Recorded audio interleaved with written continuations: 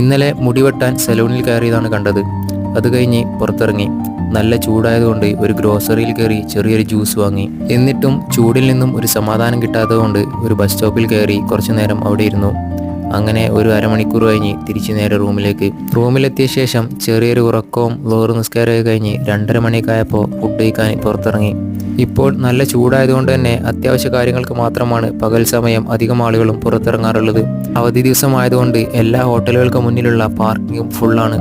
അങ്ങനെ ഒരുപാട് കറങ്ങിത്തിരിഞ്ഞ് ഒരു ഹോട്ടലിൽ സ്ഥലം കിട്ടി.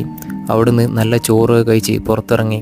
അതൊക്കെ കഴിഞ്ഞ് തിരിച്ച് റൂമിലെത്തി കുറച്ച് റെസ്റ്റ് എടുത്തപ്പോഴത്തേനും എനിക്ക് പോകാനുള്ള സമയമായി. അങ്ങനെ പുറത്തിറങ്ങിയപ്പോൾ എൻ്റെ വീഡിയോസ് കാണാറുള്ള ഒരു ചേട്ടനെ കണ്ടു. കുറച്ച് സമയം അവരോടൊക്കെ സംസാരിച്ചു. ഞാൻ നേരെ ഹൈപ്പർ മാർക്കറ്റിലേക്ക്.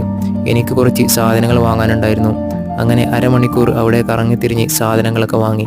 അത് കഴിഞ്ഞ് 8:30 ബസ്സിൽ ഞാൻ നേരെ കമ്പനിയിലേക്ക്. വീഡിയോ ഇഷ്ടപ്പെട്ടാൽ സബ്സ്ക്രൈബ് ചെയ്യാൻ മറക്കല്ലേ.